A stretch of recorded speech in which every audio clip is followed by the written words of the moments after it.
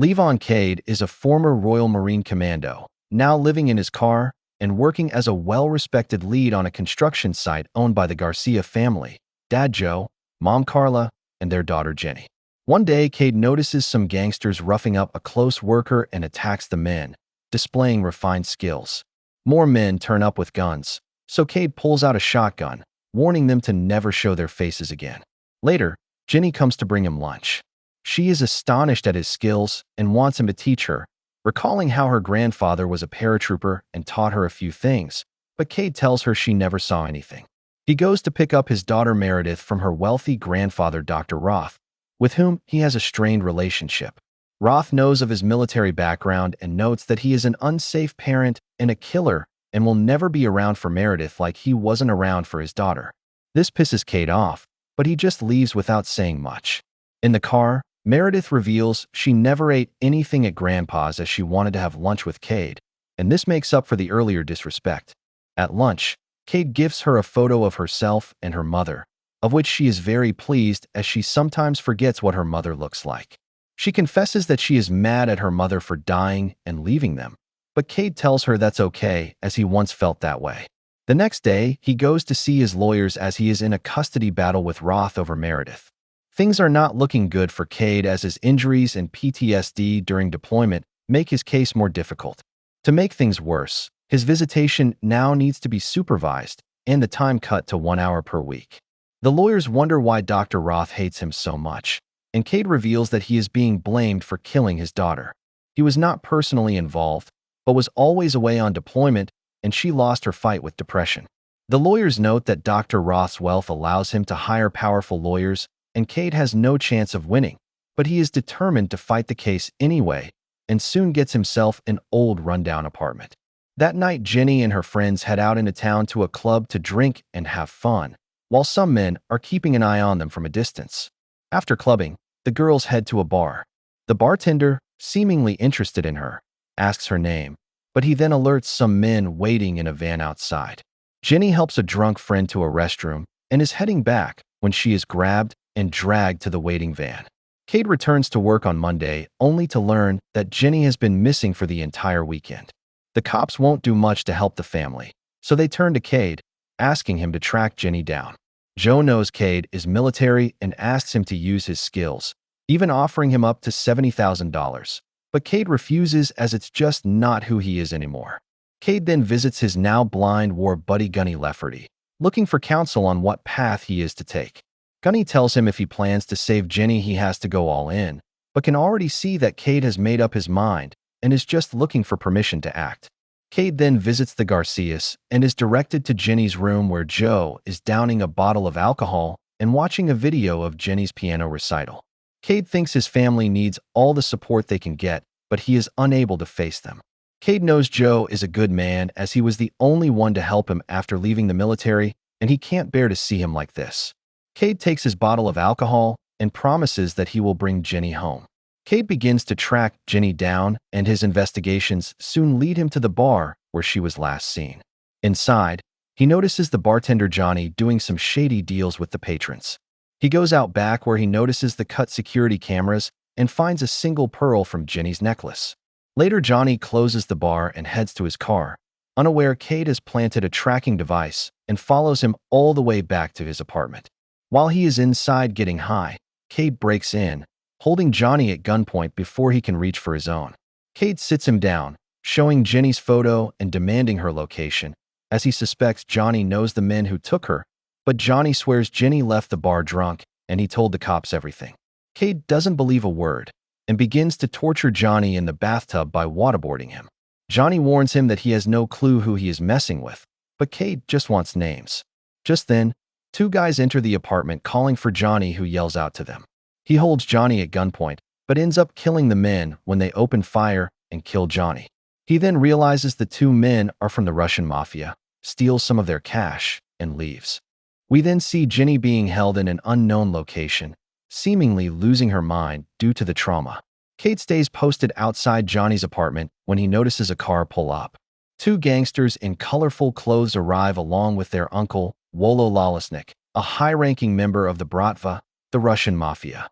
The men enter the apartment and deduce that someone killed his men and stole 90 grand of the Mafia's money, and Wolo swears to find out who. Soon a team of cleaners also shows up to the apartment, and Cade is taking note of the timeline of events. After a while, Wolo and his goons leave the apartment, and Cade follows them in his truck all the way back to Wolo's mansion. Cade parks a distance off and sets up his gear in nearby bushes to surveil the property.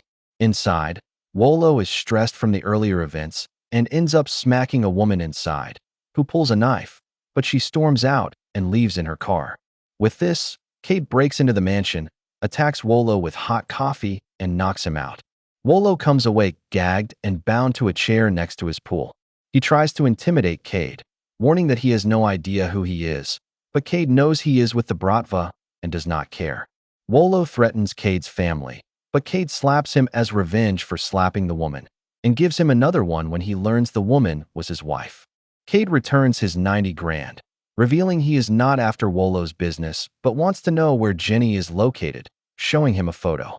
Wolo cannot believe he did all this for just a girl and tells Cade to F off. So Cade lets him fall into the pool still bound and watches him drown. Cade recalls Wolo mentioning someone named Demi and plans to find the man. A while later, one of the Bratva's bosses, Simon Karchenko, arrives at Wolo's home. He sees the tapes of Cade killing Wolo and wonders what his motives are. Wolo was a good businessman, but his son Demi is a troublemaker and he suspects Demi is involved. He then orders his men to track Cade down and bring him in alive. Jenny is brought food by one of her captors who turns out to be a female. Jenny tries to tell her they have the wrong person, but the masked woman pulls a golden gun, warning Jenny to be quiet and just eat her food. Cade reaches out to a contact in the DEA to get information on Demi, who is possibly involved in human trafficking, and learns he is the son of Wolo. The DEA agent gives Cade the location of a bar where Demi usually hangs out, but warns him to be careful. Cade rides to the spot, which turns out to be a biker bar, and heads to the bar to get himself a drink. Meanwhile, the woman reviewing the bar security cameras, Artemis, notices Cade and the gun he is carrying and suspects he is a cop, so she sends a man, Dougie, to handle it. Dougie approaches Cade at the bar, who flashes a stack of cash to him, so he leads Cade to another part of the club to speak with his boss Dutch. Cade claims he is here to buy product, but Dutch learns he might be a cop and demands that he empty his pockets. Cade refuses to, so Dutch signals to his men to surround Cade and jump him, but they end up getting a reverse jumping, and Cade brutally beats down all the men coming after him. He takes down the last man and is about to finish him off when Dutch finally stops him. Dutch can see he is no cop, but from his skills he must have served, noting he did his fair share of military service too. Cade sets up a deal to purchase drugs from him, so Dutch gives him a time and place to meet up. The next day, Cade arrives at a diner where Dougie and Artemis are waiting to conduct the deal. Cade takes a seat, and Artemis pulls a golden gun under the table, revealing she is Jenny's captor. Cade hands over the cash, but Dougie hands him a cell phone as they don't trust him.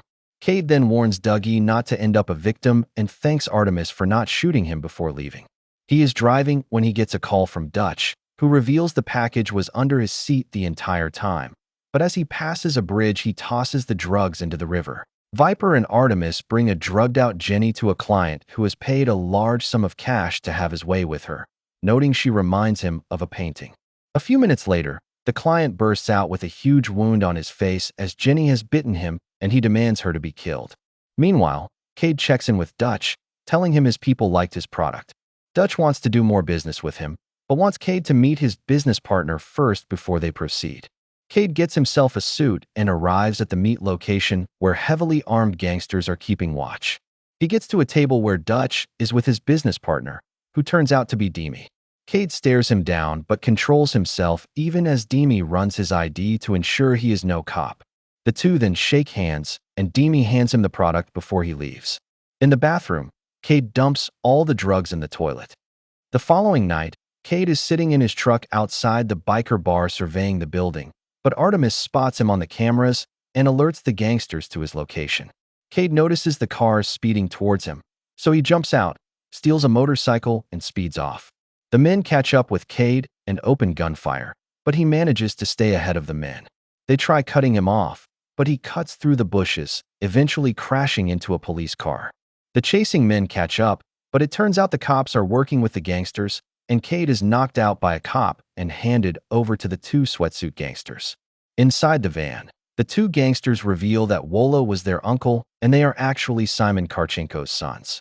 They try to bind Cade's feet, but he attacks the men, resulting in a struggle over the gun. Though bound, he manages to overpower the two, but in the resulting struggle the driver is shot and the van crashes. Cade swiftly kills the brothers, frees himself, and escapes the van before it slips into a river. Simon says a tearful goodbye to his sons in the morgue, then demands that the war council be gathered. Viper and Artemis visit Demi, who is pissed that Jenny attacked his client. He threatens to remove one of Artemis's fingers for their bad business, but instead orders the two to kill Jenny and dump her. Simon meets with the Bratva War Council, informing them of his son's deaths and the actions he plans to take. Demi is at his club when Simon's man opens fire, shutting the party down and leaving Demi whimpering in a corner. Simon tells him about his son's deaths, and Demi swears he has no idea who the man is, until he is shown a video capture of Cade and recalls he was the same man he met with earlier. He shows Simon a photo of Cade's fake ID, and Simon warns that Cade is hunting him before leaving with his men. We then see the men are able to pull Cade's real identity and soon track down Dr. Roth to his home. Cade gets a call that no one showed to pick up Meredith, so he heads over to pick her up, and she jokingly wonders if he finally took Grandpa out. He explains that some bad men are after him and the people close to him, and asks her to track Roth's location on her cell. They realize that Dr. Roth has not left home, so Cade races over there only to see the house engulfed in flames. He still bursts into the burning house where he sees Roth bound and left to die and helps him out of the house. Despite this, Dr. Roth blames him for bringing the Russian Mafia to their doorstep, telling him that violence follows him everywhere, but Meredith reminds him that Cade could have left him behind. Cade tells Roth to stay at the hospital where he will be safe, and he plans to take Meredith to stay with Gunny for a while. Gunny wonders if he really can find Jenny, but Cade plans to find her and bring her home, and thinks Demi is the key. Gunny hopes he is ready to kill his way out like he did to get in, and shows Cade a room filled with weapons. Cade brings the bags filled with weapons back to his car, and Meredith wants to come with him. She doesn't want him to get into trouble, but Cade promises that he will return for her, and the two hug and say goodbye.